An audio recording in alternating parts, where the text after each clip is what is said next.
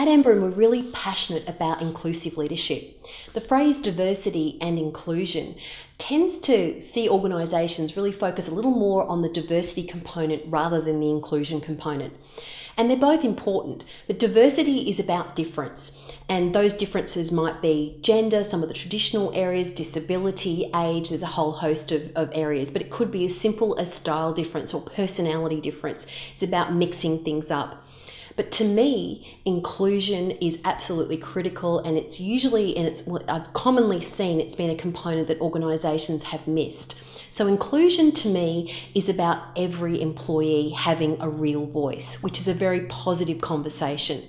I also think that the diversity business case cannot come about unless you have an inclusive organisation. I have a very good friend who likes to say, with respect to gender diversity, pouring in the women and stirring is never going to create the diverse and inclusive organisation that you need. You need to actually change the system, and that's about creating an inclusive culture. So we've done a lot of work with executive teams and leadership teams and people leaders more broadly around what is inclusive leadership. And it's got to go beyond unconscious bias. Understanding that you have biases is certainly important in the context of inclusive leadership, but you know what? The research actually shows that being aware of your biases can actually make things worse for a period of time.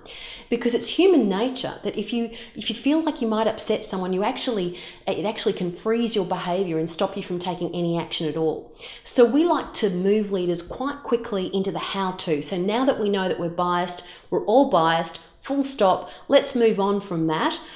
What do we actually need to do in terms of behaviours? What actions can we take? And we like to challenge leaders to take action and experiment really quickly in the process.